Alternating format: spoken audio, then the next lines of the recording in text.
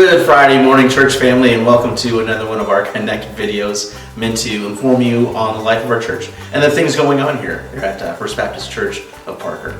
I'm Joe Cunningham, the Director of Worship. This is Pastor David Erdman, our Senior Pastor. Well, I don't know about your lawn, but frost is pretty thick in my place every morning. Oh yeah.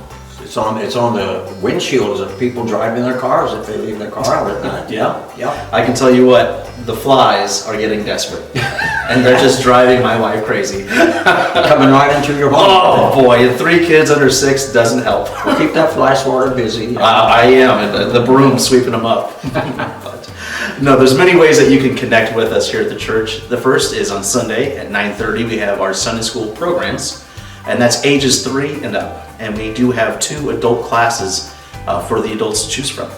But it's a wonderful time. Mm-hmm. Then we roll right into our 10:30 worship service on Sundays, where we'll be preaching on 2 Thessalonians again. That's correct, and the 2nd chapter, and almost the same verses we covered last Sunday. It's a different subject matter, but it's going to be 2 Thessalonians 2, verses 1 through 3.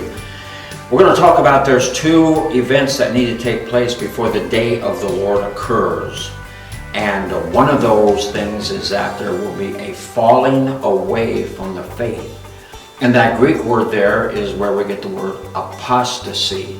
And it's only found 2 times in the New Testament, that particular word. So we're going to talk about what apostasy is and what it means and so on and so forth. So that's going to be kind of the gist of the message. It's going to be different than last week's message for sure, but it's going to cover somewhat the same verses and so on. So we're kind of moving our way slowly through that chapter because there's so much involved in prophetical teaching in that chapter. So we'll be moving our way slowly, and this Sunday, of course, will be the one on apostasy. So we trust that things will go well there. And then we also have, by the way, this Sunday, we're going to dedicate our shoe boxes. And I know I've said that we might have up to 200 shoe boxes. I don't know that, but I'm sure we have at least 150 or 160. I haven't counted recently. But what I understand is we're all going to bring the shoe boxes into the auditorium, or they'll already be there by the time Sunday morning rolls around. They'll already be up on the platform, on the stage there. And then we're going to pray over them and ask the Lord to bless the shoe boxes, because each shoe box is going to go to somebody in particular. And so we want to pray for that particular person, and we don't know who it is around the world, and we will probably never meet those particular people that shoebox goes to.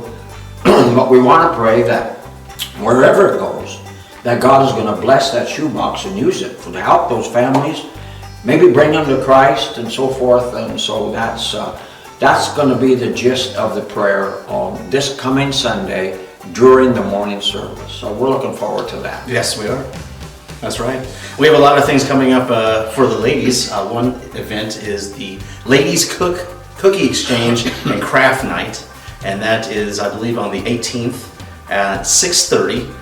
Ladies bring cookies that you've made along with the recipe for those cookies, and you're going to trade that with other ladies of the church. Oh, now do you suppose, could I come to that meeting? And you keep asking. Yes, I do. Yeah, and then I relay the message, and it's always a resounding no. Oh, okay. So I don't know what you've done. Wow. Anyway, bring the cookies, and then you're going to be making ornaments for our Christmas trees. I think it's going to be a great time. Again, 6:30, that's happening.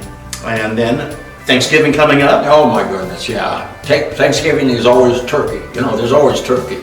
And this church traditionally has had a turkey Thanksgiving meal at 6:15 on the Wednesday before Thanksgiving, not the day before, but the week before Thanksgiving. And so that'll be at 6:15, and we'll have a bunch of turkeys that some of the ladies are going to be helping prepare for. And everybody's invited to that. You don't have to belong to our church. You don't have to necessarily even come to our church. So we're going to get the word out, and I understand that traditionally that has been very well attended. That's what I've heard before. Yep. So make sure that if you do come, you bring a dessert to share or a salad to share or something like that. But the turkey itself will be provided for us and so forth. So we won't have any Awana or youth groups that night. So the Awana children are invited to come, their parents and their family. and as well as the youth group. So we should have a good night that night. It's a fun Sounds time. good. Now It's a I can fun come time. to that one. I'm planning to come, and I hope. Well, the only thing is, if you come, you've got to talk turkey. Oh, I do. Okay. Well, to some people, I'd do that anyway. So. Then moving on, the day after, we're actually going to have a women's Bible study in the fireside room at 6:30. So plan on attending that. Joy Erdman, your wife, will be leading that as well. Then moving into our song of the week, brand new song. I just have been loving it, listening to it, worshiping to it during the practice. But it's "The Throne Remains." So check it out if you don't know it. It'll be in the link below. And continue to watch. If you want to watch the video, it'll play right after that. But thank you so much for connecting with us. We'd love to connect with you on Sunday morning, 9:30 for Sunday school, 10:30 for our worship service. We'd love to see you then. Have a wonderful weekend, and God bless.